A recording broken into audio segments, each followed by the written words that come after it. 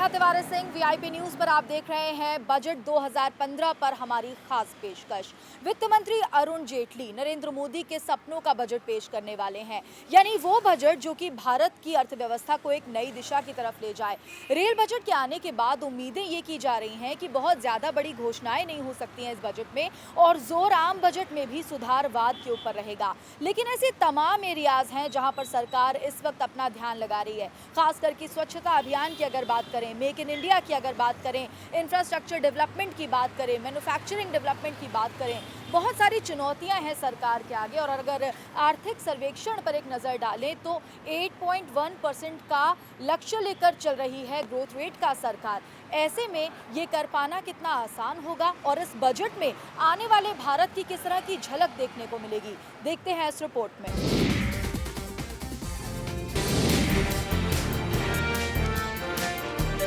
केंद्र सरकार कमोडिटी बाजार में लगने वाले कमोडिटी ट्रांजैक्शन टैक्स को कम कर सकती है। ऐसा माना जा रहा है कि एग्री कमोडिटी में लगने वाले सीटीटी को खत्म किया जा सकता है, जबकि नॉन एग्री कमोडिटी पर सीटीटी 50% किया जा सकता है। केंद्र सरकार दलहन और तिलहन उत्पाद के लिए विशेष पैकेज दे सकती है। दालों और खाद्य तेलों के लिए देश पूरी तरह से आयात पर निर्भर है, लिहाजा सरकार इस निर्भरता को कम करने के लिए पैकेज दे सकती है। सरकार बजट में कॉर्पोरेट टैक्स में कमी कर सकती है, क्योंकि उद्योग अरसे से इसकी मांग कर रहा है। इसके साथ ही औद्योगिक विकास को बढ़ाने में भी सरकार को मदद मिलेगी। वित्त मंत्री बजट में सर्विस टैक्स, टैक्स रिबेट और आयकर की सीमा को बढ़ा सकती है, यानी कुल मिलाकर आम आदमी को बजट में बड़ी राहत दी जा सकती है। जीएसटी को लेकर सरकार काफी तेजी से काम कर रही है और उम्मीद की जा रही है कि अगले साल से लागू हो जाएगा।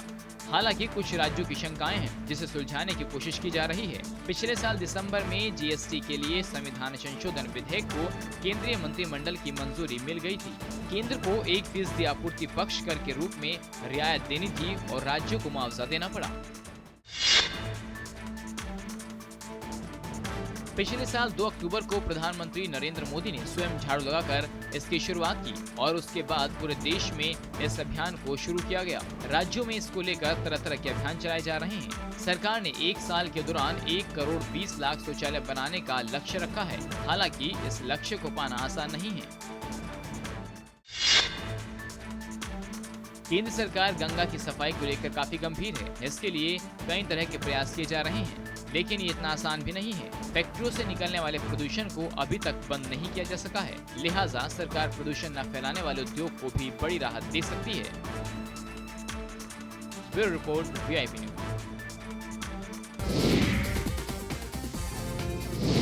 तो जाहिर सी बात है, इस बार का बजट आम आदमी का बजट होगा। ऐसा माना जा रहा है कि थोड़ी राहत दे सकते हैं वित्त मंत्री अरुण जेटली। लेकिन सबसे अहम ये बात है कि वो कौन कौन से सेक्टर्स हैं जहां पर सरकार का ध्यान रहेगा, और क्या रेल बजट की तरह इस बार जो फोकस रहेगा आम बजट का वो भी सुधारवाद के ऊपर रहेगा, यानी जो चुनौतियां पहले से हैं उनसे निपटने को लेकर रहेगा। इसी के ऊपर चर्चा करेंगे। हमारे साथ इस वक्त 2 खास मेहमान हैं। हमारे साथ अर्थशास्त्री हैं डॉक्टर SK दत्ता, सर स्वागत है आपका। और हमारे साथ हमारे वरिष्ठ सहयोगी सुजीत झा भी हैं, सर स्वागत है आपका। डॉक्टर SK दत्ता से मैं सबसे पहले समझना चाहूंगी, सर रेल बजट आया है और उसके बाद ऐसी उम्मीद की जा रही है, ऐसा माना जा रहा है कि जो आम बजट आएगा उसमें भी बहुत ज्यादा लोक लुभावन वादे, कोई नई घोषणाएं नहीं होंगी, लेकिन जो पहले से सरकार के सामने चुनौतियां हैं उनके ऊपर ज्यादा जोर रहेगा। क्या समझते हैं आप?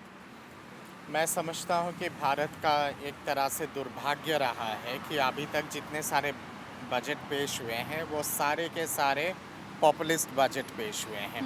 और इतना पॉपुलिज्म के चलते ही आज के डेट में भारत के आर्थिक चीज़ों का अगर पतन हुआ है, पॉपुलिज्म के चलते ही पतन हुआ है। हमें कहीं ना कहीं पे इस पे विराम लगाने की आवश्यकता थी और कहीं ना कहीं पे इस पे गंभीरतापूर्ण सोचने की आवश्यकता थी कि पॉपुलिज्म के चलते देश के फाइनेंशियल और आर्थिक ढांचा किस तरह जा रहा है और किस हिसाब से जा रहा है। मुझे इस बात की खुशी है कि कल जो रेल बजट पेश हुआ है वो रेल बजट हकीकत को समझते हुए और हकीकत को ध्यान में रखते हुए एक बहुत ही प्रैग्मेटिक, रियलिस्टिक और एक फ्यूचरिस्टिक बजट है जो पॉपुलिज्म पे बिल्कुल आधारित नहीं है, रियलिटी पे आधारित है। आज के आर्थिक सर्वेक्षण जिस हिसाब से आया है, आर्थिक सर्वेक्षण के आकलन अगर करें और आकलन करके अगर देखा जाए तो मैं मानता हूँ कि ये सारी जो चीज़ें हैं, जी इन सब चीज़ों को कहीं ना कहीं पे एड्रेस करने की कोशिश की जा रही है और उस पे जिस तरह का प्रयास लगाने की आवश्यकता है जी ताकि आर्थिक चीज़ें दोबारा पुनर्जीवित हो और आर्थिक ढांचा जो तहस नहस हो चुका था जी अंधाधुन उदारीकरण के चलते पिछले 20-25 साल के उदारीकरण के नाम पे जो अमेरिकनाइजेशन हुआ है जी। उसके चलते भारत का पतन हुआ है। जी उसको सुधारने के लिए और उसको सही दिशा में लाने के लिए जो ठोस कदम की जो उठाने की जो आवश्यकता है वही चीज़ आज आर्थिक सर्वेक्षण में भी कहा गया है।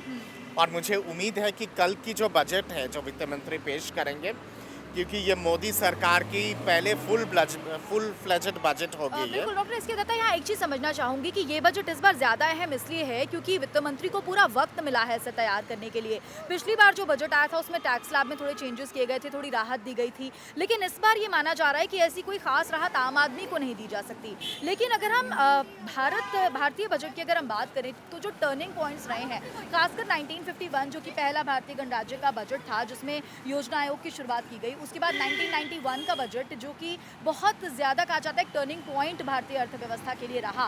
क्या ऐसी ही किसी बजट की दरकार हमें इस वक्त भी है जो भारतीय इकोनॉमी को न सिर्फ रफ्तार दे सके बल्कि जो आम लोगों की समस्याएं हैं, जो गरीबी रेखा से नीचे जो लोग रहते हैं, उनकी ज़िंदगी में भी इस बजट के आने के बाद कुछ फर्क आ सके? नहीं, उसी चीज़ पे मैं आ रहा था। मैं जी। समझता हूँ कि रफ्तार देने से पहले दिशा में लाना जी बहुत आवश्यक है। जी आर्थिक पतन इस देश का जिस हिसाब से हुआ है जी। उस आर्थिक पतन को सही दिशा में लाने के लिए वो बहुत आवश्यक होता है कि ठोस कदम आप किस तरह के उठाते हैं।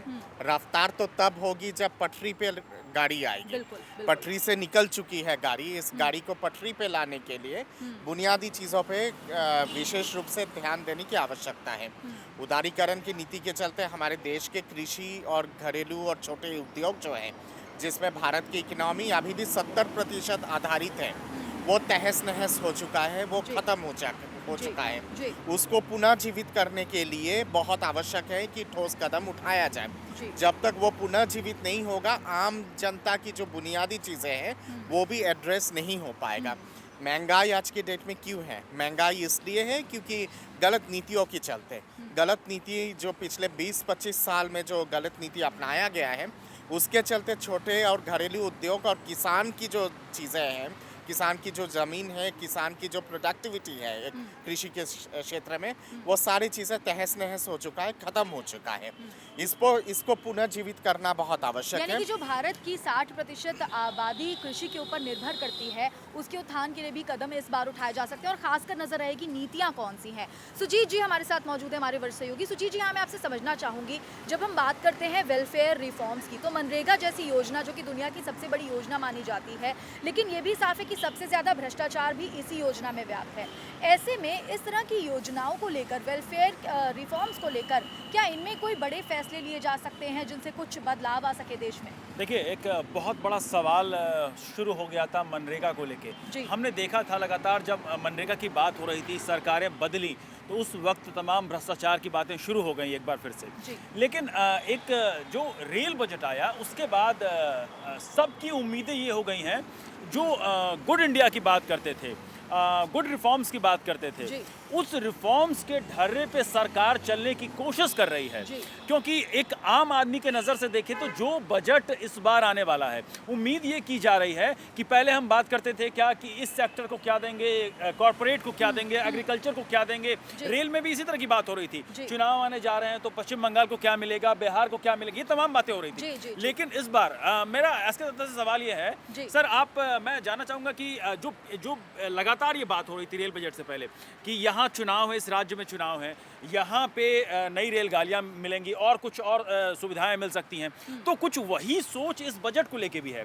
तो क्या इस बजट में वो उस सोच को भी मोदी बदलेंगे? क्या ऐसा कुछ भी नहीं होगा? पहले जो चीज़ें पेंडिंग पड़ी है उसको हम उठाने की कोशिश करेंगे और लोगों में एक सोच बन गई है कि बजट आ रहा है, टैक्स पर रियायत मिलेगी। एक सोच, एक आम दिल्ली वाला या फिर कोलकाता वाला या बेंगलोर के लोग ये सोचते हैं कि क्या प्रधानमंत्री टैक्स पे रिबेट वो देंगे, ये सोचते हैं कि क्या आम आदमी को किस तरह की क्या राहत मिलेगी। मतलब इसको कहीं ना कहीं मोदी रिफॉर्म से जोड़ा जा रहा है। अरुण जेटली ठीक है, अरुण जेटली कर रहे हैं, मोदी रिफॉर्म छवि उनकी रहेगी, ये तमाम बातें हो रही है। दत्ता, क्या ये सब चीजें हो सकती हैं? ये बेशक हो सकती हैं और मैं समझता हूँ कि ये सब चीज़ों को करना अनिवार्य है और उचित है और होना चाहिए। हाँ। अक्सर हमारे देश में चाहे वो रेल बजट हो चाहे वो आम बजट हो, वो बजट अभी तक जितने सारे बजट पेश हुआ है वो इंडिया को ध्यान में रखते हुए पेश हुआ है। जी। भारत को ध्यान में रखते हुए तो आज तक कोई बजट पेश ही नहीं हुआ है। जी। दुर्भाग्य इस देश का वही है कि भारत वंचित हो गया है, इंडिया तो पता नहीं कहाँ से कहाँ चली गई है। तो इसलिए इस देश को अगर भारत बनाना है और इस देश के आम जनता की चीज़ों को अगर ध्यान में रखना है तो भारतीय बजट होना बहुत आवश्यक है। और मैं मानता हूँ कि इस पे विशेष रूप से कुछ चीज़ों पे ठोस कदम उठाने की आवश्यकता है। एक है कि नरेंद्र मोदी साहब जो लगातार कह रहे हैं कि मेक इन इंडिया, हाँ। मेक इन इंडिया से फिर मेड इन इंडिया होती है। हाँ। मेक इन इंडिया तभी हो पाएगा जब आप भारत को पुनः जीवित करोगे और उसके लिए निवेश निवेश आकर्षित करने की बहुत जरूरत आवश्यक है, बिल्कुल। आकर्षित करना बहुत जरूरी है। जी। निवेश कैसे होता है, कौन से क्षेत्र पे निवेश होने से मेक इन इंडिया हो सकता है, वो सब चीज से मुझे उम्मीद है कि इस बार के बजट में विशेष रूप से ध्यान दिया जाएगा। इसके साथ साथ संतुलन बनाना प्रदेश के साथ और केंद्र के बीच में वो भी बहुत आवश्यक होगा। अक्सर देखा गया है कि अनुदान जो मिलती है सरकार की तरफ से, केंद्रीय सरकार की तरफ से, जी। जो सक्षम प्रदेश होते हैं वो अपने पॉलिटिकल उसके चलते, मैकेनिज्म के चलते अब मैंने अनुदान की बात कैसे करता है, यहाँ एक बात समझना चाहूँगा। जिस तरीके से हमने देखा अभी बजट आने वाला है, ममता बनर्जी मोदी से कहती हैं कि हमारे लिए कुछ करो, नीतीश कुमार कहते हैं हमारे लिए कुछ करो, तो ये दबाव की राजनीति क्या वो बजट में देखने को मिलेगी क्या इस बार? नहीं, मुझे नहीं लगता है कि दबाव की राजनीति इस बार के बजट को प्रभावित करने जा रहा है, क्योंकि सबसे पहली बात है कि मुझे बधाई देता हूँ भारत के जनता को कि 2014 में एकदम पूरा स्पष्ट बहुमत एक सरकार को दी है। आज जो भी निर्णय सरकार लेती है वो स्पष्ट निर्णय होगी और देश को ध्यान में रखते हुए लिया जाएगा। भारत का पतन इसलिए हुआ है क्योंकि पिछले 10 साल की जो पॉलिसी पैरालिसिस रही है आर्थिक चीज़ों को लेके और राजनीतिक चीज़ों को लेके, उसी के चलते सही दिशा में कदम उठाया नहीं लेके जाया गया है। सबसे महत्वपूर्ण बात यहाँ पे ये है कि आप अगर देखेंगे जितने सारे सक्षम प्रदेश हैं, वो अपने दबाव के चलते अक्सर अनुदान ज़्यादा ले लेते हैं और जो सक्षम नहीं है प्रदेश, वो क्योंकि राजनीति में उनका उतना हस्तक्षेप नहीं हो पाता है या फिर दबाव नहीं हो पाता है, इसलिए केंद्र से उनकी जो अनुदान की जो राशि है उससे वो वंचित हो जाते हैं। हम लोग अगर आर्थिक दृष्टिकोण से अगर सही मायने में अगर इंक्लूसिव ग्रोथ की अगर बात करते हैं, इंक्लूसिव ग्रोथ इस देश का तभी हो सकता है जब तमाम प्रदेश को लेके आप चलोगे और जो वंचित हैं उनको आर्थिक ढांचा में लाना बहुत आवश्यक है। और शायद इसीलिए नीति आयोग की शुरुआत की है प्रधानमंत्री ने कि नीति आयोग के जरिए समझा जाएगा, प्रायोरिटाइज किया जाएगा कि किस राज्य को कितनी ज़रूरत है, उनकी किस तरह की स्ट्रेंथ है, किस तरह की उनकी वीकनेस है, उसका एनालिसिस करके उसके बाद फिर बजट में इन चीज़ों का ध्यान रखा जाएगा। एक ब्रेक हम ले लेते हैं, एक छोटा सा ब्रेक लेते हैं, जल्द लौटेंगे। आप देखते रहिए VIP न्यूज़।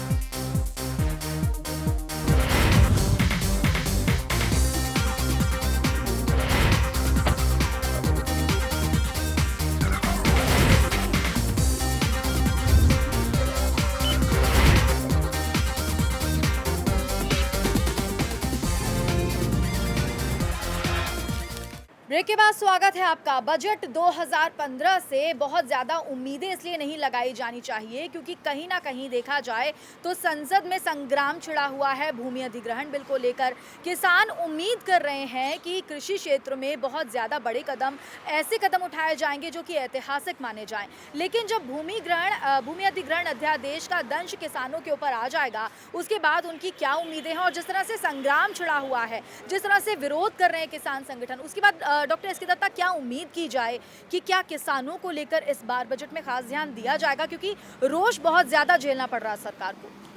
जहाँ भूमि अधिग्रहण कानून की जहाँ बात आती है, मैं समझता हूँ कि इस पे राष्ट्रीय लेवल पे समीक्षा होने की बहुत आवश्यकता है। जी केवल संसद के अंदर ही नहीं समीक्षा होना चाहिए, जी। संसद के बाहर भी समीक्षा की ज़रूरत है, जी क्योंकि आगे की जो फ्यूचर जनरेशन है हमारे देश के, वो प्रभावित होने जा रहा है इस कानून के संशोधन के चलते। जी इसलिए मेरा मानना है कि तमाम जितने सारे स्टेक होल्डर्स हैं, चाहे वो किसान हैं, चाहे जी। वो गरीब मजदूर हैं, या फिर चाहे एनजीओस हैं, या फिर तमाम जितने सारे संस्था के लोग जो प्रभावित होंगे इस चीज़ जी, से, जी। उनके बीच में भी एक राष्ट्रीय लेवल पे बहस होने की बहुत आवश्यकता है।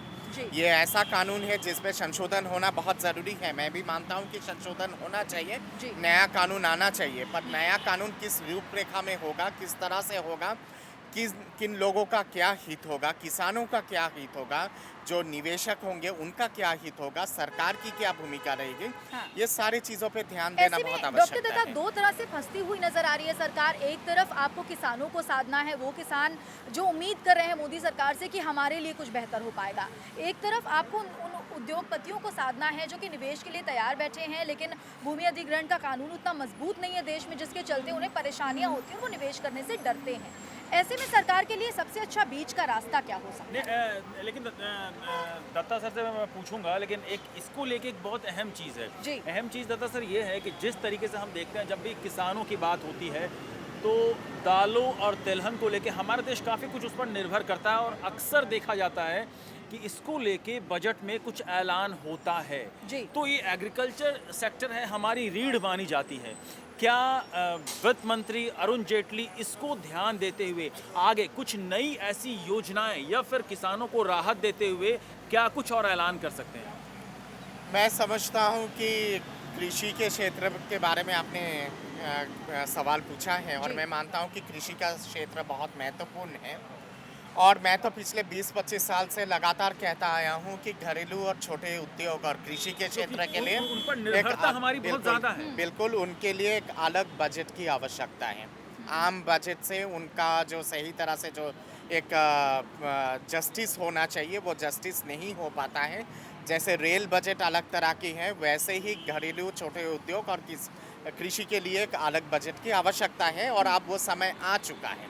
यानी उनके लिए एक अलग से सप्लीमेंट्री बजट आना सप्लीमेंट्री बजट आना चाहिए, या फिर सेपरेट बजट आना चाहिए।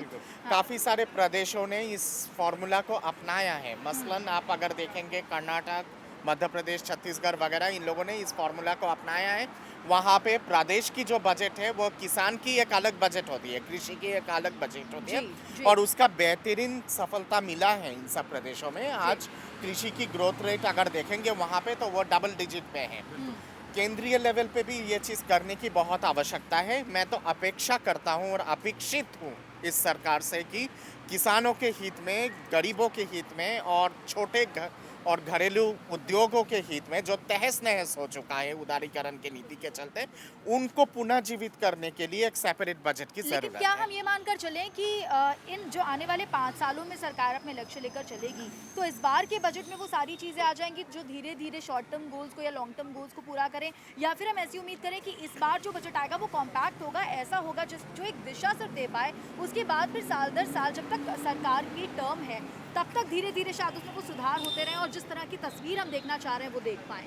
आप बहुत अच्छा सवाल पूछे हैं। जी मैं समझता हूँ कि जैसे इस बार की रेल बजट एक दिशा दर्शाती है, एक जी। दिशा दिखाती है, जी उसी तरह से आम बजट भी इस साल का एक दिशा दर्शाएगी, दिशा दिखाएगी। जी सारी चीज़ें इस बजट से अपेक्षा कर लेना या फिर अपेक्षित हो जाना उचित नहीं होगा। उम्मीदें बहुत ज़्यादा रखना ठीक नहीं होगा, क्योंकि हाँ। हमें समझना चाहिए कि एक कूड़ादान को साफ करने के लिए भी समय चाहिए। बिल्कुल बिल्कुल 20 साल की जो गलत नीति के चलते जो कूड़ादान बढ़ गया है, आर्थिक कूड़ादान, और खास करके 10 साल में जिस तरह का निर्णय नहीं लिया गया है यूपीए सरकार के तरफ से, उसको साफ करने के लिए भी तो उतना समय चाहिए।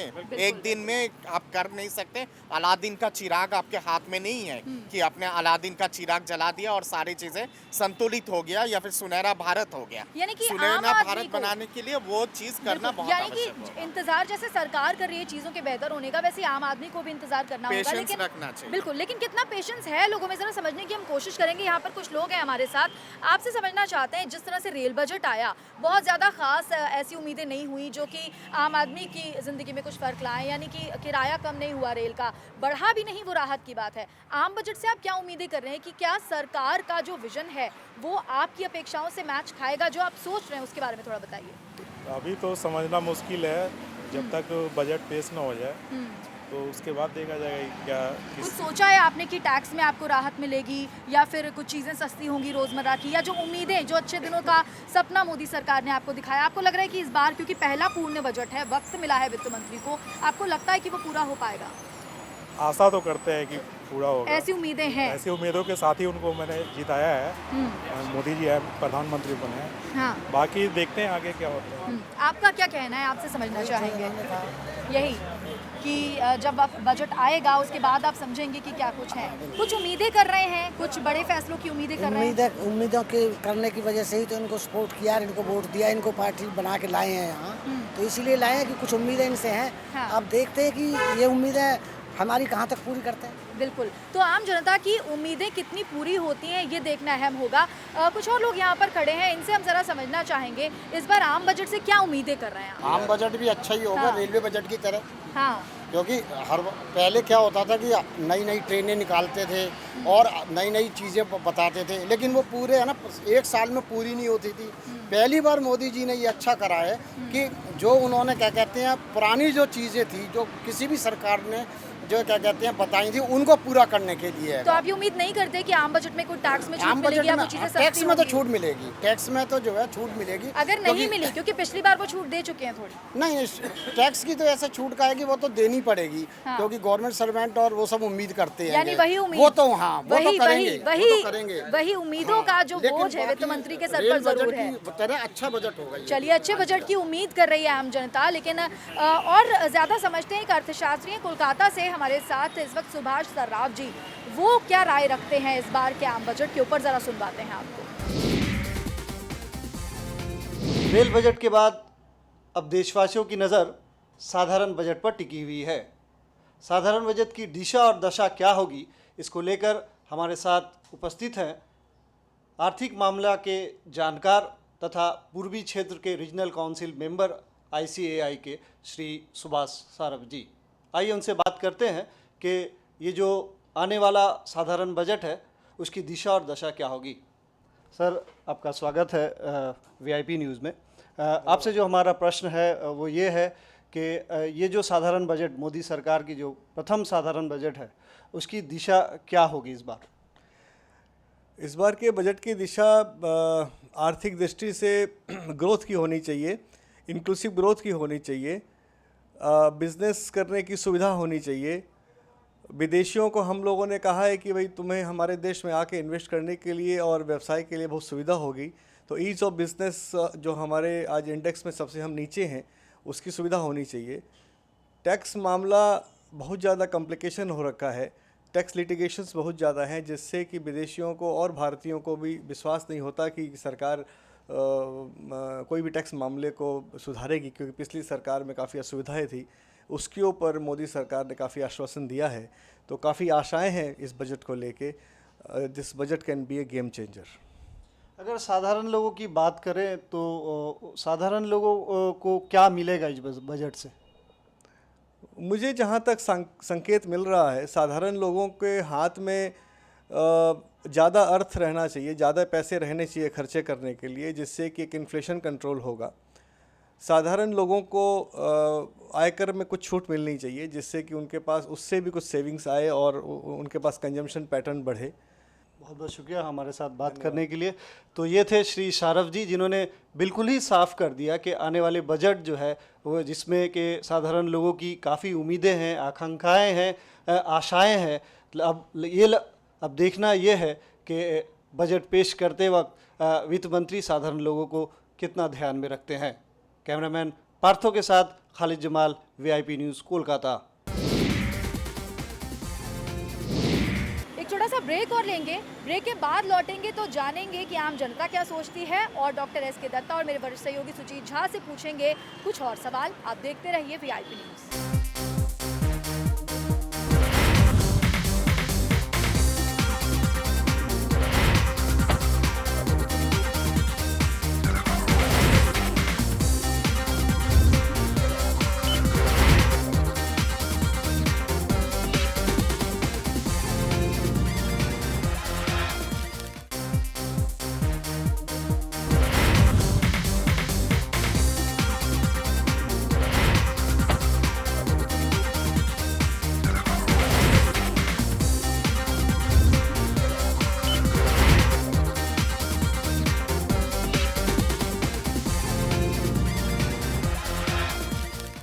बाद स्वागत है आपका आम बजट 2015 के ऊपर। लगातार हम चर्चा कर रहे हैं और ये समझने की कोशिश कर रहे हैं कि रेल बजट की तरह इस बार का जो बजट होगा वो भी एक नई दिशा देगा भारत की अर्थव्यवस्था को, और सबसे ज़्यादा जो ध्यान रहेगा वो रहेगा मेक इन इंडिया के ऊपर, मैन्युफैक्चरिंग सेक्टर को बढ़ावा देने के ऊपर और इंफ्रास्ट्रक्चर डेवलपमेंट के ऊपर। सुजीत जी क्या कहना चाहेंगे? लेकिन एसके दत्ता से मेरा एक सवाल रहेगा, जिस तरह से जब भी सरकार की बात होती है, बजट की बात होती है, तो कॉरपोरेट्स का काफ़ी अहम रोल होता है। तो कॉरपोरेट्स के लिए क्या टैक्सेस में रिबेट मिल सकता है, या कुछ औद्योगिक विकास की बात लगातार होती है, तो क्या वहाँ राहत मिलने की उम्मीद है क्या?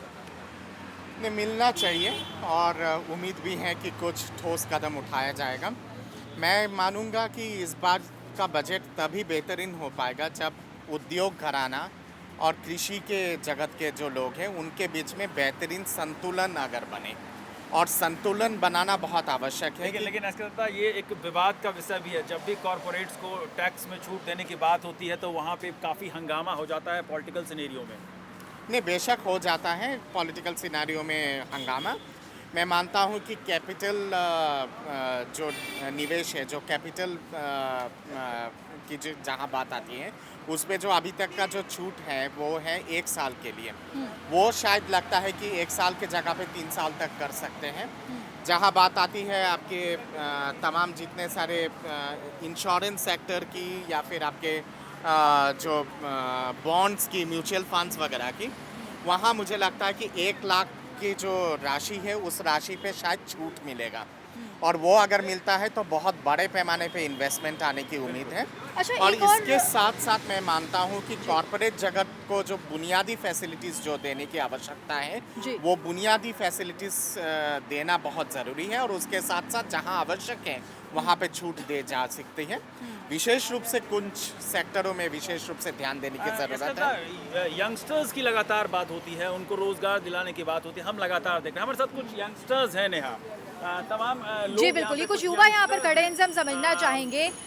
मोदी सरकार का पहला पूर्ण बजट है, आप बतौर युवा क्या उम्मीद रखते हैं इस बार की रोजगार को लेकर, अगर खासकर बात की जाए? जी देखिए, जैसे मैं दिल्ली यूनिवर्सिटी में पढ़ता हूँ, तो फिर मेरा ये जो सबसे पहली प्रायोरिटी होगी, तो मेरा मतलब कि उम्मीद होगी कि एम्प्लॉयबिलिटी बढ़े, क्योंकि हमारे शिक्षा तो मिल रही है लेकिन उसका एक जो स्टैंडर्ड होना चाहिए वो आगे विकसित होना चाहिए, क्योंकि जैसा कि हम पढ़ रहे हैं, ना भी कॉलेजेस का पूरा इंफ्रास्ट्रक्चर है, ना उसका एक ढांचा है, तो उसका ढांचा तैयार होना चाहिए और हमें रोजगार मिलना चाहिए। स्किल डेवलपमेंट की बात भी की जाती है युवाओं के लिए, इसके ऊपर आपकी क्या उम्मीदें हैं? स्किल डेवलपमेंट देखिए, कहने को तो पिछली सरकार ने भी बोला था कि हम इस पे जोर देंगे, और कुछ हद तक दिया भी था।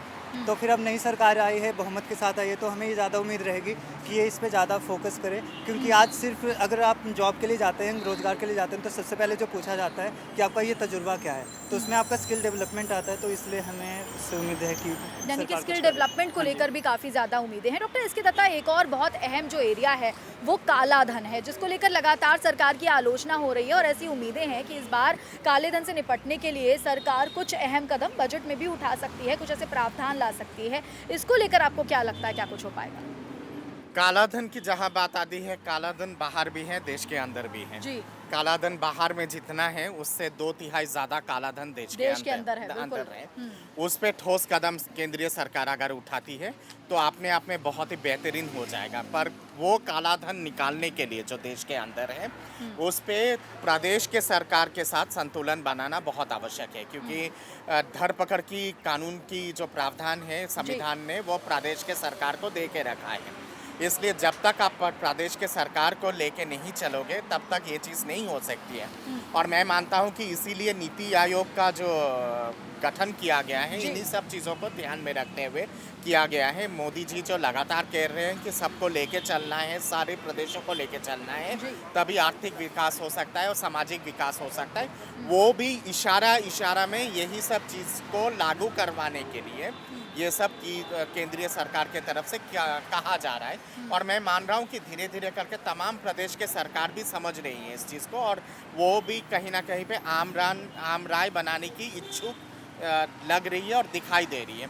दूसरी बात यह है कि जो जेटली साहब ने आश्वासन दिया है कि जीएसटी की जो सिस्टम है जी। उसको 1 अप्रैल से लागू किया जाएगा, जी, जी। वो अगर लागू होता है तो अपने आप में काफी हद तक कालाधन देश के अंदर जो है वो काफी हद तक कंट्रोल हो लेकिन जाएगा। उसमें काफी सारा पेच अभी फंसे हुए काफी हैं, उसको राज्यों आपको की क्या लगता शंकाएं है? हैं वहाँ पे नेहा, हाँ, काफी क्योंकि राज्य राज्यों जो है का जो वहाँ पे रेवेन्यू है कहीं ना कहीं उसके ऊपर सीधा अटैक हो रहा है। ऐसे में वो बातचीत तो जारी है, लेकिन मतभेद क्या इतनी जल्दी दूर हो पाएंगे इसको लेकर? नहीं, इतना जल्दी दूर नहीं हो पाएगा, पर मैं समझता हूँ कि कांग्रेस शासित जितने राज्य हैं या फिर भाजपा शासित जितने राज्य हैं जी। जिन्होंने आश्वासन दिया है जीएसटी के बारे में, वहाँ पे ज़्यादा प्रॉब्लम मुझे नहीं लगता है कि हो पाएगा। 19-20 का फर्क हो सकता है चीज़ों को लेकर। दूसरे राज्य जो है, जो तीसरे विकल्प से जो केंद्रित है या फिर जो तीसरे मोर्चा के लोग जो या फिर क्षेत्रीय पार्टी की जो राज्य हैं, जी। वहाँ पे भी बातचीत चल रही है। वहाँ पे भी कुछ क्षेत्रीय पार्टी के राज्य हैं जहाँ पे मुझे नहीं लगता है कि किसी तरह के प्रॉब्लम होंगे। मसलन आप अगर देखेंगे बिहार या फिर आप अगर देख लेंगे तमिलनाडु, इस तरह के राज्य में ज़्यादा प्रॉब्लम नहीं हो सकता है। पेचीदा प्रदेश अगर होगा तो मुझे लगता है कि बंगाल हो सकता है या फिर पूर्वोत्तर के कुछ राज्य हो सकता है, केरल हो सकता है। इन सब जगह, इन सब राज्यों को लाना भी बहुत आवश्यक है और इसलिए एक आम राय बनाने की बहुत आवश्यकता है। इसके साथ साथ मैं मानता हूँ कि छूट की जहाँ बात आती है, विशेष रूप से उद्योग घराने को अगर देखें तो कुछ ऐसे क्षेत्र हैं जहाँ पे विशेष रूप से ध्यान देने की ज़रूरत है। अगर मेक इन इंडिया और मेड इन इंडिया अगर सक्सेसफुल बनाना है तो उसके लिए इंफ्रास्ट्रक्चर की जो क्षेत्र हैं और जो सब उद्योग इंफ्रास्ट्रक्चर से जुड़े हुए हैं, टेलीकम्युनिकेशन के साथ जुड़े हुए हैं या फिर सर्विस सेक्टर के साथ जुड़े हुए हैं, वहाँ पे विशेष रूप से निवेश बढ़ाना पड़ेगा और बढ़ाने की ज़रूरत है, तभी जाके भारत मजबूत हो सकता है। इसके साथ साथ छोटे और घरेलू उद्योग के लिए मैं समझता हूँ कि एक पैकेज देने की ज़रूरत है ताकि और जिस पैकेज की आप जिक्र कर रहे हैं, जिस पैकेज की आपने बात की, वो सबसे ज़्यादा इस वक्त जो वाराणसी के बुनकर हैं वो इसकी उम्मीद कर रहे हैं कि हमारे सांसद हमारे लिए क्या करेंगे। सीधे आपको सुनवाते हैं, वाराणसी के जो बुनकर हैं वो क्या उम्मीदें रखते हैं इस बार के बजट से। बजट्स तो हर साल आता है और बजट से तो हम लोगों को उम्मीद रहती है, मगर हम लोग को निराशा ही लगती है। अब की भी एक बजट आ रहा है, देखिए बुनकर के लिए इसमें क्या होता है या आम हम लोगों के लिए, इसलिए कि हम लोग तो बुनकर आदमी हैं। अब बुनकर के लिए खाली बात ही बात होती है, कुछ होता नहीं है। आशा तो हम लोगों ने मोदी सरकार से बहुत लगा रखी है। इस बार भी कोई ना कोई ऐसा प्राविधान लाना चाहिए माननीय मोदी जी को। मोदी जी जरूर चाहते हैं कि बनारस का ये प्रमुख उद्योग है, ये इसको बढ़ाना चाहिए, इसको विस्तार होना चाहिए। अगर वो सचमुच लाना चाहते हैं तो हम लोगों से या इस ट्रेड से जुड़े हुए लोगों से वार्ता उनको करनी चाहिए। हम तो कोई उम्मीद नहीं रखते हैं अब सरकार से, इसलिए पिछले 1 साल में कुछ उम्मीद थी, वो उम्मीद की लहर ख़त्म हो गई। बिजली की समस्या को दूर करने की ज़रूरत है ताकि हमारे बुनकरों को बिजली उपलब्ध हो सके और बिजली के मीटर वगैरह में भी उनको सब्सिडी रेट पर भी मिले, ताकि वो जो बिजली की चोरी कुछ लोगों के माध्यम से यहाँ पर निश्चित रूप से हो रही है और इसका शिकार सामान्य जनता हो रही है।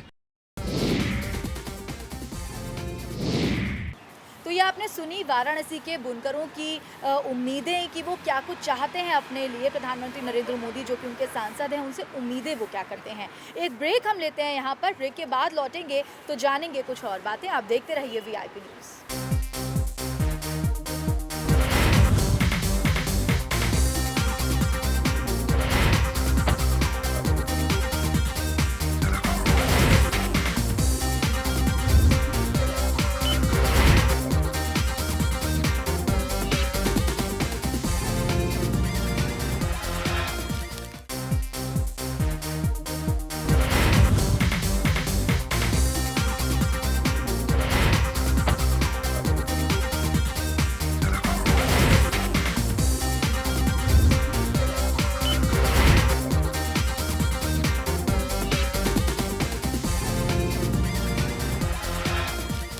ब्रेक के बाद स्वागत है आपका। अब आपको लिए चलते हैं मुंबई और वहां से हमारे साथ अर्थशास्त्री अभय पेठे जी हैं जो कि अपनी राय रखेंगे कि इस बार के आम बजट की तस्वीर आखिर कैसी हो सकती है। सदन में आम बजट पेश होने वाला है। इस आम बजट से लोगों को काफ़ी उम्मीदें हैं। आइए जानते हैं कि कैसा होना चाहिए आम बजट। हमारे साथ है इकोनॉमिस्ट अभय पेठी जी। बहुत बहुत शुक्रिया अभय जी हमसे बात करने के लिए। सबसे पहले जानना चाहूँगी कि जो आम बजट जो है, यूनियन बजट जो कल पेश होने जा रहा है, आपके हिसाब से किस तरीके का होना चाहिए ताकि लोगों की सुविधा सबसे ज़्यादा हो? एक तो 2-3 चीज़ें हैं कल के बजट के बारे में। पहली बात ये है कि जिसको हम फिस्कल डिसिप्लिन कहते हैं, वो इसमें अच्छी तरह से पेश आनी चाहिए, क्योंकि पॉलिटिकल बिजनेस साइकिल के हिसाब से ये और अगला बजट, 2 ही बजट्स उनको मिलने वाले हैं। उसके बाद तो कुछ वापस हम इलेक्शन मोड में चले जाएंगे। दूसरी बात यह है कि बहुत सारी चर्चा हो रही है, बातें हो रही है, मेक इन इंडिया की हो रही है, स्वच्छ भारत की हो रही है। जो पॉलिसी रिफॉर्म्स हैं, वो 2-3 पॉलिसी रिफॉर्म्स जो सिग्नल किए गए हैं, उसके बारे में उसको अच्छी तरह से रिसोर्सेस ये बजट में दिए जाने चाहिए। क्रूड ऑयल प्राइसेस भी घट रहे हैं, तो वो कितना अफेक्ट करेगा इस बार किस बजट में? क्रूड ऑयल घटने से ऑफ कोर्स बहुत सारा फिस्कल स्ट्रेस थोड़ा कम हो जाएगा, और वो सब के सब आम आदमी के बदौलत उनके हिस्से में नहीं आएगा, क्योंकि ये एक अच्छा मौका है जहां पर फिस्कल स्ट्रेस वैसे भी थोड़ा सा कम हो रहा है। तो उसका फ़ायदा प्रोडक्टिव रिसोर्सेज के लिए, जिसको कि हम इन्वेस्टमेंट साइकिल किक स्टार्ट करने के लिए, जिसका हमने कल रेल बजट में भी देखा कि 8.7 लाख करोड़ का जो अगले 5 साल में वो बोल रहे हैं, उसके हिसाब से उसका अच्छी तरह से जो उनको फ़ायदा हो रहा है, वो फ़ायदा जनहित के लिए, ग्रोथ के लिए किस ढंग से, और प्राइवेट सेक्टर के इन्वेस्टमेंट के लिए किस ढंग से वो इसमें ला पाते हैं, उस पे मेरे हिसाब से ये फिस्कल बजट की सक्सेस मेरे हिसाब से तो कम से कम निर्भर करेगी। एफएमसीजी सेक्टर में कितना ग्रोथ आप देखते हैं, और बजट में इसका इम्प्लीमेंटेशन किस तरीके का होगा? देखिए, ऐसे सेक्टरल बात करनी बहुत डिफिकल्ट है। मेन चीज़ जो मैंने की है कि जनरली अगर इन्वेस्टमेंट साइकिल प्राइवेट सेक्टर को इंसेंटिवाइज करेंगे तो एफएमसीजी सेक्टर में भी उसका लाभ होगा। उसके लिए मेरे हिसाब से अलग अलग छोटे माइक्रो मैनेजमेंट, इसको थोड़ा इंसेंटिव दो, उसको दो, ये सब बातें अभी नहीं होनी चाहिए बजट में। बजट में ठोस ब्रॉड मैक्रो इकोनॉमिक जो पिक्चर है, उसको आगे लेके जाने के लिए ग्रोथ इम्पल्सेस और इन्वेस्टमेंट साइकिल के लिए देना चाहिए। तो क्या आपको लगता है अच्छे दिन आएंगे इस बार इस बजट में लोगों के लिए? अच्छे दिन और थोड़े दिन के बाद आएंगे, लेकिन बजट अच्छा हो जाना चाहिए, वो इम्पोर्टेंट है, क्योंकि वो बहुत इम्पोर्टेंटली सिग्नल करेगा प्राइवेट सेक्टर को और दुनिया भर को। वो हमको बहुत सारा एफडीआई भी आना है, तो ये सिग्नल के तौर पे ठोस होना चाहिए, और अच्छे दिन तो आते रहेंगे अगर ग्रोथ होगी तो। बहुत बहुत शुक्रिया अभय जी हमसे बात करने के लिए। ये थे अभय जी जिन्होंने पूरी एक बेसिक मैक्रो तरीके से बताया कि अगर ओवरऑल स्ट्रक्चर को अगर देखें बजट में, तो उस पर अगर एम्फोसाइज किया जाए तो बहुत अच्छा बजट होने की उम्मीद है उन्हें, और अच्छे दिन जरूर जनता इस बार देखेगी। कैमरामैन शरद माने के साथ बनाली बैनर्जी, वीआईपी न्यूज़, मुंबई। तो ये आपने सुना कि अभय पेठी जी क्या कुछ कह रहे थे कि इस बार का जो बजट है सुधारवाद की तरफ अपना पहला कदम बढ़ाएगा। लेकिन जब सुधारवाद की बात आती है तो बैंकिंग रिफॉर्म्स एक बहुत अहम सेक्टर है, जिसके बारे में आप डॉक्टर एस के दत्ता से मैं समझना चाहूँगी। डॉक्टर दत्ता, क्या लगता है बैंकिंग रिफॉर्म्स को लेकर आज कितनी ज़रूरत है देश में, और इनमें रिफॉर्म आने से कितना फ़र्क पड़ेगा हमारी अर्थव्यवस्था पर? बहुत आवश्यक है बैंकिंग रिफॉर्म्स करना। केवल बैंकिंग के क्षेत्र में रिफॉर्म्स की ज़रूरत नहीं है, इंश्योरेंस के सेक्टर में भी रिफॉर्म्स की आवश्यकता है जी। फिर उसके साथ साथ पेंशन के बिल जो है, जो अभी तक पारित नहीं हो पाया, वो भी लागू करना बहुत आवश्यक है। सेकंड यानी कि मसलन सेकंड जनरेशन इकोनॉमिक और फाइनेंशियल रिफॉर्म्स बहुत ज़रूरत है इस देश के लिए, और इस देश को अगर सही दिशा में अगर लेके जाना है। अच्छा, जो एक आम राय बनती है अधिकतर जानकारों से जब हम बातचीत करते तो ये कहते हैं कि पब्लिक सेक्टर के जो बैंक्स हैं उन सबको एक होल्डिंग कंपनी के अंडर कर देना चाहिए और सरकार का कंट्रोल उस पर से खत्म हो जाना चाहिए। इस चीज़ को आप कितना सही मानते हैं? नहीं, मैं इस चीज़ से सहमत नहीं हूँ, क्योंकि भारत का जिस तरह का जटिल व्यवस्था है, और खास करके ग्रामीण ग्रामीण है भारत अभी भी, तो इसलिए मतलब बैंक को आप अगर सरकार के निगरानी से आप अगर हटा देंगे तो वो बहुत घातक साबित होगा। एक एग्जाम्पल दे के समझाने की कोशिश करता हूँ। सारे काला धन के जितने सारे चीज़ों पे आरोप लगा है, वो जितने सारे निजी बैंक है या फिर प्राइवेट बैंक है उन पे आरोप लगा है कि मॉरिशस रूट के माध्यम से और सेशल के रूट के माध्यम से, और कुछ ऐसे बैंक है जैसे HSBC वगैरह हुआ है उन पे तो गंभीर आरोप लगा है काला धन के मामले को लेके। तो इसलिए बैंकिंग की जो क्षेत्र है वो सरकार की निगरानी में होना चाहिए, क्योंकि उनका एक सामाजिक योगदान होता है समाज के प्रति। तो इसलिए उन चीज़ों को ध्यान में रखते हुए ये उस दिशा में कदम बढ़ाने की आवश्यकता है। मैं तो उल्टा कहूँगा, मैं कहूँगा कि निजी बैंक जितने सारे हैं या फिर प्राइवेट बैंक जितने सारे हैं जो कानून का उल्लंघन करते हैं या फिर कानून को बाईपास करते हैं, उनको कानून के दायरे में लाने के लिए संशोधन होना जरूरी है। उसके लिए कुछ गाइडलाइंस बनानी जरूरी है। एक सवाल यहाँ पे है कि जब भी आम बजट की बात होती है तो बड़ा अहम सवाल होता है एक आम मिडिल क्लास के दिमाग में। वो ये सोचता है कि टैक्स स्लैब को लेके क्या कुछ बदलाव हो सकते हैं, क्योंकि हर इंसान की जेब में आज पैसे से कुछ ना कुछ जाता ही है। तो वो रिटर्न मिलने की बात होती है और लगातार वो सोचता है कि क्या हमारा टैक्स कैसे बचे। वो जिंदगी भर इसी मंथन में लगा रहता है। तो क्या इस बार वो 3 लाख का फिगर छू सकता है या क्या कुछ रियायत हो सकती है इस बार? अगर 3 लाख की फिगर अगर छूती है तो अपने आप में बल्ले बल्ले हो जाएगा लोगों के लिए। पर मैं समझता हूँ कि 3 लाख की फिगर छूना आर्थिक दृष्टिकोण से बहुत खतरनाक होगा देश के लिए, क्योंकि देश के जो खजाना है वो बिल्कुल ख़त्म हो चुका है और देश कहीं ना कहीं कंगाली की ओर है। मतलब कोई बदलाव होने की उम्मीद नहीं है? बदलाव होने की मुझे उम्मीद लगता नहीं है और होना भी नहीं चाहिए। मैं समझता हूँ कि उससे बेहतरीन स्थिति तब हो सकती है आप अगर भ्रष्टाचार कंट्रोल कर लेंगे, आप अगर ठोस कदम काला धन के लेके आप अगर उठा पाएंगे, धरपकड़ की कानून को और मजबूत करेंगे, प्रदेश के सरकारों को लेके आप अगर चलेंगे, उसके साथ साथ जो सेक्टर जिनको आवश्यकता है निवेश की उन सेक्टर में आप अगर सही तरह से निवेश लगाएंगे तो ये जो आर्थिक ढांचा का जो पतन हुआ है वो आर्थिक ढांचा पुनर्जीवित हो जाएगा।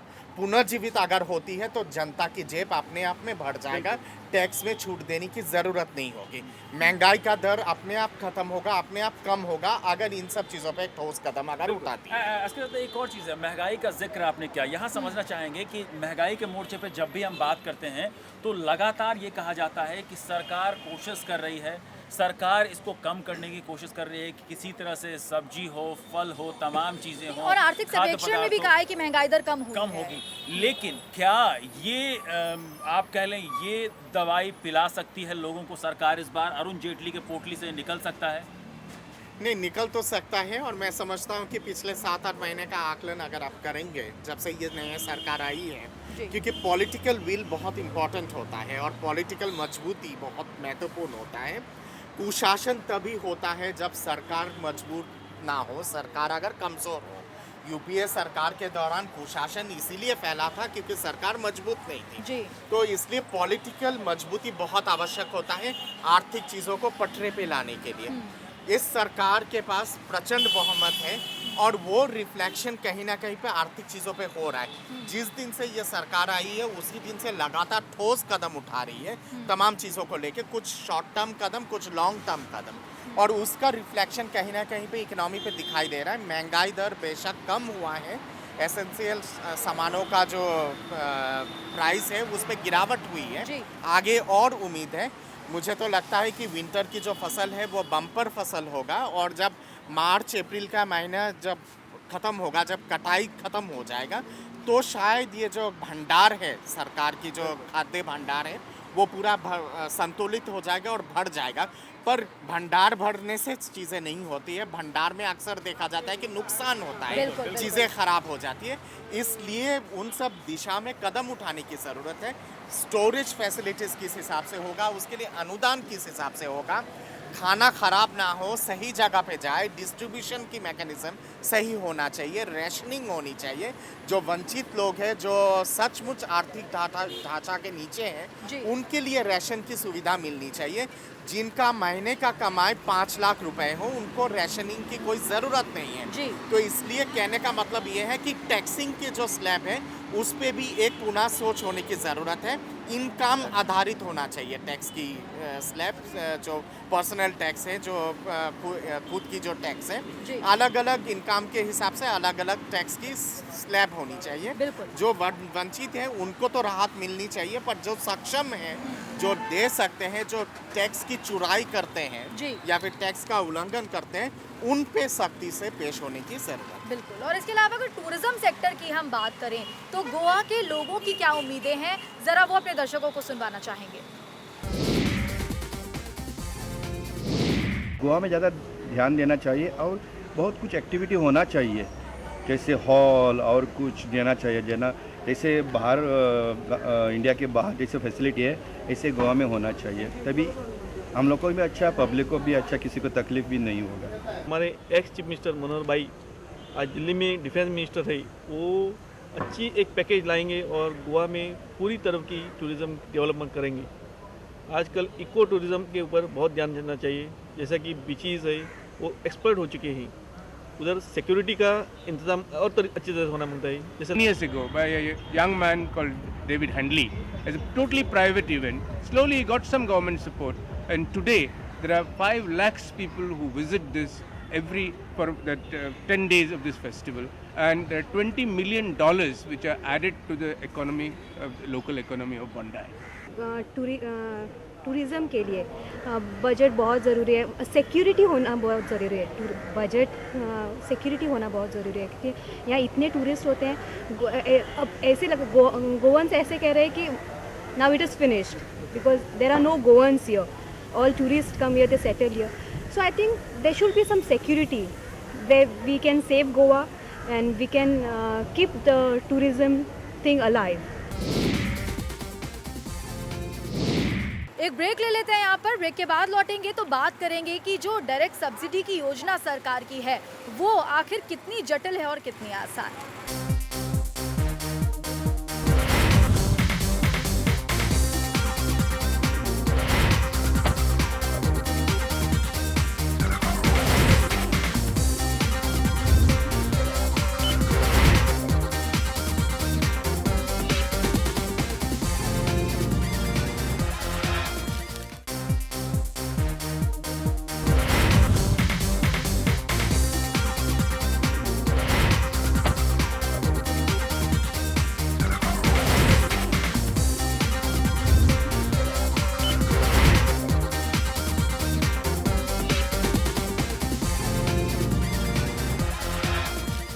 ब्रेक के बाद स्वागत है आपका। डायरेक्ट सब्सिडी सरकार दे रही है, यानी कि जो सब्सिडी सरकार देती है वो अब सीधा आपके बैंक खातों में पहुंचेगी। इसकी दत्ता जी हाँ, ये समझना ज़रूरी है कि सब्सिडी डायरेक्ट कर देने से एक तो भ्रष्टाचार में कमी आएगी, इसको लेकर सरकार की बहुत बड़ी पहल मानी जा रही है।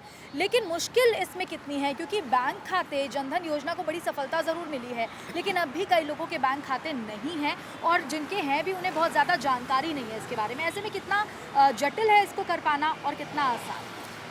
भारत जैसे जटिल देश के लिए तो सारी चीज़ें जटिल ही होती हैं, पर इसका मतलब ये नहीं है कि हम लोग भाग जाए जटिल चीज़ों से।